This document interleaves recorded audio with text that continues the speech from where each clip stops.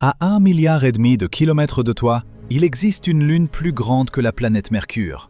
Sa croûte de glace est si dure qu'elle se comporte comme de la roche. Et dessous, quelque chose remue. Quelque chose de liquide. Quelque chose que la NASA, depuis 20 ans, se refuse à appeler simplement de l'eau. Son nom, c'est Titan, la plus grande lune de Saturne. Et ce que les instruments de la sonde Cassini ont relevé entre 2004 et 2017 ne ressemble à rien de ce que l'humanité a cartographié jusque-là.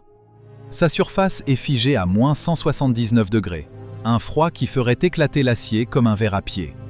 Son ciel est orange, opaque, chargé, une brume d'azote et de méthane si dense qu'elle pèse sur le sol 1,5 fois plus fort que ton atmosphère ne pèse sur toi en ce moment même. Et pourtant, sous cette croûte qui paraît morte, à une 50aine de kilomètres de profondeur, les modèles gravitationnels indiquent un océan global. Un océan qui ne devrait pas être là. Un océan que la physique, telle qu'on l'enseigne dans nos amphis, peine encore à expliquer correctement. Et voici ce dont personne ne parle vraiment. Cet océan, ce n'est pas une rumeur, ce n'est pas une hypothèse de comptoir. Il a été détecté indirectement par Cassini, en mesurant la manière dont Titan se déforme à chaque passage rapproché de Saturne. La marée gravitationnelle exercée par la planète géante fait gonfler la surface de la Lune d'environ 10 mètres à chaque orbite. 10 mètres. Imagine la croûte entière d'un monde qui se soulève comme une poitrine endormie, retombe et se soulève à nouveau, tour après tour. Une croûte solide ne fait pas ça. Une croûte solide se fissure, ou alors elle ne bouge pas. Pour qu'elle gonfle de 10 mètres, il faut qu'en dessous, quelque chose cède. Quelque chose qui glisse. Un fluide. Un océan. Et ce n'est pas tout. Le faible champ magnétique qui s'enroule autour de Titan, quand la Lune traverse la magnétosphère de Saturne, produit une signature que les modèles n'arrivent à reproduire qu'avec une seule hypothèse. Il faut qu'il y ait, sous la glace, une couche conductrice, salée, sans doute ammoniacale, et profonde, entre 100 et 200 km d'épaisseur, soit un volume d'eau liquide qui dépasse, à lui seul, la totalité des océans terrestres réunis. Et de plusieurs fois. Tu vois ce que ça veut dire? Sous une croûte gelée à moins 179, dans le noir total, sans soleil, sans saison, sans rivage, il y a une masse d'eau salée plus vaste que tout ce que tu connais. Et personne, pas un seul laboratoire sur Terre, ne peut te dire avec certitude ce qu'il y a là-dedans. Les scientifiques de l'Agence spatiale européenne, qui ont posé la sonde Huygens sur le sol de Titan en janvier 2005, le savaient déjà. Ils ont entendu, pendant la descente, un son que personne n'avait anticipé. Un grondement de basse fréquence, attribué officiellement à des décharges électriques dans l'atmosphère. Officiellement. Et puis, à l'atterrissage, Huygens s'est enfoncé de 15 cm dans un sol qui ressemblait, selon le rapport final, à de la neige humide recouvrant une plage gelée. Une plage. Sur une lune où il ne devrait y avoir, en théorie, ni mer ni plage. Et ça, c'était juste la surface. Descends avec moi un instant à l'intérieur de cette croûte, parce que ce qu'on appelle glace sur Titan n'a plus rien à voir avec ce que tu grattes sur ton pare-brise un matin d'hiver. À moins 179 degrés, l'eau ne se contente plus d'être solide, elle se rapproche du granit. Les sondages radars de Cassini, réalisés au fil de 127 survols rapprochés, ont révélé une coquille dont l'épaisseur change selon les régions. Mince ici, épaisse là. Comme si quelque chose, en dessous, poussait par endroits. Comme si la coquille n'était pas figée. Comme si elle respirait. Il y a un détail que les communiqués officiels mentionnent à peine. La rotation de Titan ne correspond pas à ce qu'elle devrait être. Entre 2006 et 2008, les équipes du Jet Propulsion Laboratory se sont rendues compte que la position de certains cratères de surface avait dérivé de près de 30 km par rapport à leur position prévue. 30 km, sur une lune entière, en 2 ans. Une croûte solidement ancrée à un noyau rocheux ne dérive pas comme ça. Une croûte qui flotte sur un océan, en revanche, oui, elle glisse, elle se décale, elle se découple. Et voilà la phrase que tu n'as probablement jamais lue. Si la croûte de Titan glisse, c'est qu'elle est désolidarisée du cœur de la Lune. Ce qui veut dire, clairement, qu'il existe une couche fluide, profonde, continue, sur laquelle toute la surface visible de Titan se déplace lentement. Comme une peau sur un fruit trop mûr. Et tout ce que la sonde Huygens a photographié pendant ces 2 heures et demie de transmission depuis le sol, toutes ces collines arrondies, ces lits de rivières asséchés, ces galets de glace d'eau polis par un liquide ancien, rien de tout cela n'est accroché à la Lune. Tout cela flotte. Tu te souviens de ce grondement de basse fréquence enregistré pendant la descente? Reprends-le un instant dans ta tête. Officiellement, des décharges atmosphériques. Mais certains ingénieurs qui ont travaillé sur les données brutes et qui ont depuis quitté l'Agence spatiale européenne ont reconnu dans des entretiens techniques que la signature acoustique ressemblait plutôt à un phénomène mécanique. Quelque chose qui frotte, quelque chose qui bouge sous la glace pendant que Huygens tombait. Ce ne devrait pas être possible. C'est pourtant dans les rapports. Maintenant, monte d'un cran. Parce que la surface elle-même, celle que Cassini a cartographiée au radar pendant 13 ans, ne ressemble à rien de ce que l'humanité a vu avant. Près du pôle nord de Titan, il y a des étendues sombres et plates qui renvoient les ondes radar comme le ferait un miroir liquide. 3 mers, 7 lacs majeurs, des dizaines d'autres, plus petits. La plus grande de ces mers s'appelle Kraken Mare. Elle couvre environ 400 000 km², soit plus que la mer Caspienne. Et elle est profonde. Les sondages altimétriques ont mesuré, par endroits, plus de 300 mètres de profondeur sans que le faisceau touche le fond. 300 mètres, sans atteindre le fond. Sur une lune où l'eau, à la surface, ne peut pas exister à l'état liquide. Parce que ces mers ne sont pas faites d'eau, elles sont faites de méthane et d'éthane liquide, des hydrocarbures. Le même genre de molécules que tu brûles dans ta cuisinière à gaz, sauf qu'ici, elles tombent en pluie, elles ruissellent en rivière et elles s'accumulent en océan à ciel ouvert. Titan est, à ce jour, le seul autre corps connu du système solaire, à part la Terre, où il pleut, où des fleuves coulent, où des vagues viennent lécher un rivage. Et il y a des vagues. Les images radar de Cassini, en 2013 et 2014, ont capté sur Ligeia Mare des reflets éphémères d'environ 1,5 cm de haut qui n'apparaissaient que par temps de vent, de vraies vagues, sur une mer extraterrestre, filmée par une sonde humaine. Et personne, à l'époque, ne s'est attardé sur ce détail dans la presse grand public. C'est là que ça devient inconfortable.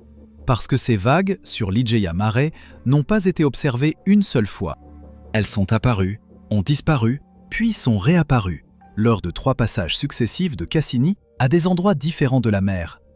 Comme si quelque chose, en dessous, déplaçait l'énergie d'un point à un autre. Les chercheurs de l'université Cornell, qui ont publié sur ce phénomène en 2014, ont parlé, avec une prudence inhabituelle, de caractéristiques magiques. C'est le mot qu'ils ont employé. Magic Islands, des îles magiques. Des taches brillantes qui apparaissent sur l'image radar, restent quelques semaines et s'évanouissent. Aucune n'a jamais été photographiée 2 fois au même endroit. Aucune explication n'a tenu plus de 6 mois avant d'être contredite par l'observation suivante. On a parlé de bulles d'azote remontant depuis le fond. On a parlé de blocs solides flottant temporairement. On a parlé de tempêtes en surface. Aucune de ces hypothèses ne couvre l'ensemble des cas. Et il reste, dans les archives publiques de la mission Cassini, des images que la NASA a rangées sous l'étiquette anodine « Features of Unknown Origin », caractéristiques d'origine inconnue. Sur la plus grande mer extraterrestre jamais cartographiée. Tu trouves ça normal, toi ? Reviens à la profondeur. 300 mètres de méthane liquide. Plus, peut-être, par endroit. Au fond de ces mers, la température reste stable autour de moins 180 degrés et la pression, elle, grimpe. Pas autant que dans l'océan terrestre, parce que la gravité de Titan ne vaut qu'un septième de la tienne, mais suffisamment pour que les molécules tout en bas ne se comportent plus comme à la surface. Une équipe du laboratoire de propulsion à réaction a modélisé en 2019 ce qui pourrait s'accumuler au fond de Kraken Mare. La réponse a glacé par sa banalité. Des sédiments organiques, des chaînes carbonées complexes. Le genre de molécules que, sur Terre, on appelle les briques de la vie. Pas de la vie, les briques. Empilées sur des centaines de mètres d'épaisseur. Depuis combien de temps ? Depuis l'origine du système solaire. 4,5 milliards d'années que ça tombe. Doucement, en pluie noire, vers le fond. Au-dessus de cette mer, le ciel, lui, ne se tait jamais vraiment. Les modèles atmosphériques, montrent que des orages de méthane traversent les régions polaires tous les quelques mois terrestres. Quand un orage éclate sur Titan, il peut déverser, en une seule averse, l'équivalent de plusieurs mètres de précipitation sur une zone large comme un département. Des mètres, pas des millimètres. Et ces précipitations tombent en grosses gouttes lentes, presque 2 fois plus larges que sur Terre, qui mettent une demi-minute à toucher le sol parce que la gravité est faible et l'air dense. Une pluie au ralenti. Sur un monde qui ne devrait pas avoir de pluie. Tu commences à voir le tableau. En surface, des fleuves d'hydrocarbures, des mers à perte de vue, une atmosphère orange, si épaisse qu'elle bloque la lumière du soleil mieux que les nuages les plus sombres de la Terre. Sous la surface, une croûte glacée qui glisse de 30 km en 2 ans sur quelque chose qui ressemble à un océan. Et entre les deux, des îles qui apparaissent et disparaissent dans des mers que personne ne peut sonder jusqu'au fond. Et voici ce que peu de gens te diront. Cassini, malgré ses 127 survols, n'a jamais regardé Titan dans le visible. Pas vraiment. Le brouillard est trop épais. Toutes les images de surface que tu as vues, ces cartes oranges, ces lacs noirs, ces dunes équatoriales hautes d'une centaine de mètres, tout ça a été reconstruit à partir de signaux radars et de quelques fenêtres infrarouges. La sonde n'a jamais pu lever le voile. Elle a tâté dans le noir, comme un médecin qui ausculte un patient endormi sans pouvoir l'ouvrir. Et chaque fois que la palpation rendait quelque chose, ce quelque chose était plus étrange que prévu. Maintenant, descend encore d'un cran. Parce que sous cette croûte qui glisse, sous cet océan que personne n'a jamais vu, les modèles thermiques du Jet Propulsion Laboratory prévoient autre chose encore. Une seconde couche, plus profonde, plus dense. Une couche d'eau à si haute pression, comprimée par le poids de tout ce qui se trouve au-dessus, qu'elle se transforme en une variété de glace que tu n'as jamais touchée de ta vie. La glace numéro 6. Ce qu'on appelle la glace de haute pression. À ces niveaux de compression, l'eau ne forme plus le cristal familier que tu sors de ton congélateur. Elle se réarrange en une structure plus serrée, plus lourde, qui ne flotte plus. Elle coule. Et entre cette glace dense, tout au fond, et la coquille extérieure tout en haut, il existe un volume de liquide pris en sandwich, isolé du reste du système solaire depuis 4,5 milliards d'années. Aucune lumière. Aucun rayonnement direct du soleil. Juste de la chaleur résiduelle qui remonte du noyau, un peu de radioactivité et de l'ammoniac qui empêche l'eau de geler. Tu sais comment, en biologie, on appelle ce genre d'environnement ? On l'appelle un habitat. Pas un habitat hostile, un habitat possible. Et ce n'est pas la NASA qui le suggère avec prudence, c'est elle qui le formule, noir sur blanc, dans ses propres rapports. Une équipe du centre de recherche Ames a publié vers la fin des années 2010 un modèle décrivant les conditions chimiques probables de cet océan profond. Ils ont conclu que l'eau, à cette profondeur, était sans doute liquide, salée, légèrement alcaline et en contact direct avec un fond rocheux. Les 4 conditions que les exobiologistes cherchent depuis 40 ans. Les 4 cases cochées. Sur une lune dont la surface est figée à -179. Reviens en haut un instant. Tu te souviens de cette pluie qui tombe au ralenti, de ces mers de méthane, de ces dunes équatoriales hautes d'une centaine de mètres, faites de quoi exactement ? Voici la chose dont on ne parle pas dans les documentaires grand public. Ces dunes ne sont pas faites de sable, elles sont faites de tholins. Les tholins, ce sont des molécules organiques complexes qui se forment dans la haute atmosphère de Titan sous l'effet du rayonnement solaire qui fracture les molécules de méthane et d'azote. Une fois fracturées, ces molécules se recombinent, en chaînes, en anneaux, en polymères. Et elles tombent, doucement, depuis des centaines de millions d'années, comme une neige brune qui finit par recouvrir la surface entière de la Lune. L'épaisseur de cette couche organique, personne ne la connaît avec certitude. Les estimations vont de plusieurs centaines de mètres à plusieurs kilomètres par endroit. Tu lis bien. Plusieurs kilomètres de matière organique empilée sur une Lune entière. Plus de carbone organique en masse sur ce seul corps que tout le pétrole, tout le gaz, tout le charbon et toute la biomasse de la Terre réunis. Sur une seule Lune. Dans un congélateur cosmique. Et voici la question que personne, dans les conférences officielles, n'ose poser de manière frontale. Que se passe-t-il quand cette couche de tholins entre en contact avec l'eau liquide qui dort en dessous? Parce qu'elle entre en contact régulièrement. Les modèles d'impact prévoient qu'au cours des 4 milliards d'années écoulées, des météorites suffisamment grosses ont percé la croûte glacée, ouvert des cratères humides et permis à l'eau souterraine de remonter brièvement à la surface. Selk, par exemple. Un cratère d'environ 80 km de diamètre, repéré par Cassini, est choisi comme site d'atterrissage pour la mission Dragonfly. Selk a sans doute été, pendant des dizaines de milliers d'années après l'impact, un lac d'eau liquide à ciel ouvert. Un lac d'eau, plongé dans une soupe de tholins, à température cryogénique, avec de l'ammoniac dissous et du temps. Énormément de temps. Les chimistes ont un nom pour ce genre d'endroit. Ils l'appellent un réacteur prébiotique. C'est le même type d'environnement que celui qu'on soupçonne d'avoir, sur Terre, allumé la première étincelle de la vie. Et à ce jour, personne ne sait jusqu'où la chimie a poussé dans ces flaques temporaires. Personne. Parce qu'aucune sonde n'est jamais retournée chercher. Pas encore. La mission Dragonfly, prévue pour un lancement en 2028 et une arrivée en 2034, est censée le faire. Un drone à 8 rotors, de la taille d'une petite voiture, qui se posera dans la région de Shangri-La avant de bondir, par saut d'une dizaine de kilomètres jusqu'au cratère Selk. Une sonde qui volera, sur une lune, dans une atmosphère orange si dense que ses pales mordront l'air presque comme dans un fluide.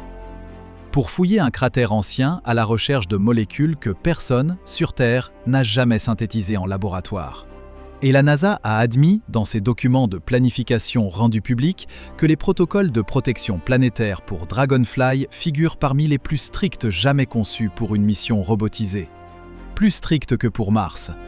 Plus stricts que pour Europe. Demande-toi pourquoi. Demande-toi ce qu'ils craignent de réveiller, ou de contaminer, ou pire, de ramener. Il y a un détail que les communiqués techniques laissent passer presque sans commentaire.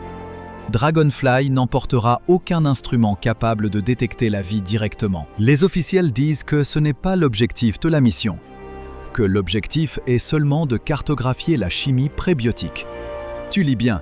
On envoie un drone à 1,5 milliard de kilomètres après plus de 15 ans de planification et plusieurs milliards de dollars et on choisit délibérément de ne pas embarquer ce qui pourrait répondre à la seule question qui intéresse l'humanité depuis qu'elle lève les yeux vers le ciel. Pourquoi ? La réponse officielle tient en une ligne. Le risque de faux positifs est trop grand dans un environnement aussi exotique. Une autre réponse, plus rarement formulée, se devine entre les lignes des analyses critiques de la mission. On ne saurait pas quoi faire d'un signal positif. On ne saurait pas comment l'annoncer. On ne saurait pas comment refermer la boîte une fois qu'elle serait ouverte. Monte encore d'un cran.